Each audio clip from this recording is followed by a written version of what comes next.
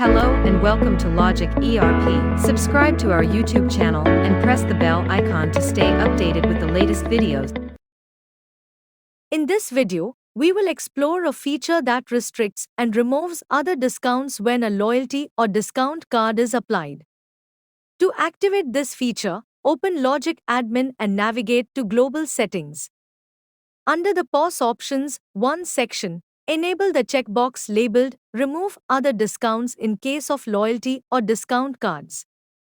Once this option is enabled, save the settings and restart the software to apply the changes. Now, let's test how the feature works. Open the Sale Voucher window and initiate a new transaction. Apply a trade discount, TD, of 6%. Now choose the retail customer.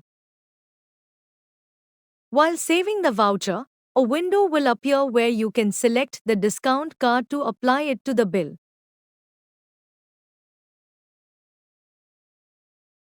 Click on OK. You will notice that since a discount card with 5% has been applied, the TD is automatically removed from the bill. I hope this video was helpful. Thanks for watching.